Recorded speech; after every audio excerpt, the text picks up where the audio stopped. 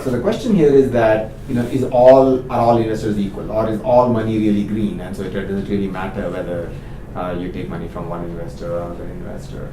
And I would say that this is where a lot of mistakes happen. So I strongly would urge for entrepreneurs that where they take the money from matters. And the reason it matters most compelling way to put it is that, do you actually want to hang around with these set of people?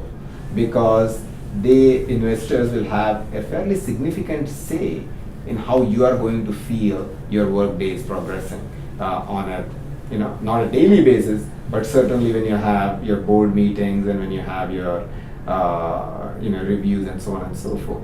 So it is not something to be taken lightly. Do you actually have a resonance in views? Do you actually have the same vision for the company? Do you actually like interacting with them in terms of their style?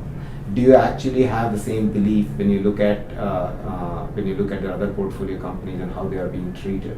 Do you think that they have the capital? If you think that this is a company which is going to take a lot of money, what kind of capital base do they have, and will they be able to raise that kind of money for you either through themselves or through others in the future? So there's a lot of nuances in terms of how capital, what is the source of capital? So source of capital absolutely matters. And it is, and different investors have different points of view.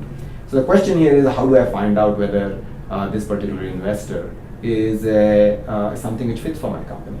And I would say the simplest way to do that is go talk to the CEOs of their other companies. So find out, just as the investor does a reference check on the entrepreneur, you talk to other people who know you, and they say, hey, is this person, any good? Does he actually have integrity? Do they work hard? Do they actually have a desire to succeed? And so forth. You as an entrepreneur should go and do diligence on them and find out whether their CEOs who they have funded or other co-founders who they have funded, how do they feel about it? And that is probably the best way of figuring out. And if you actually, those are your friends, you can even do a better job of getting the inside scoop on how it is. But I cannot stress that it is important to do this particular thing versus just thinking of it as a commodity, having a bake-off and saying, hey, whoever gives me the best valuation is, or the most amount of money is what I would like to take.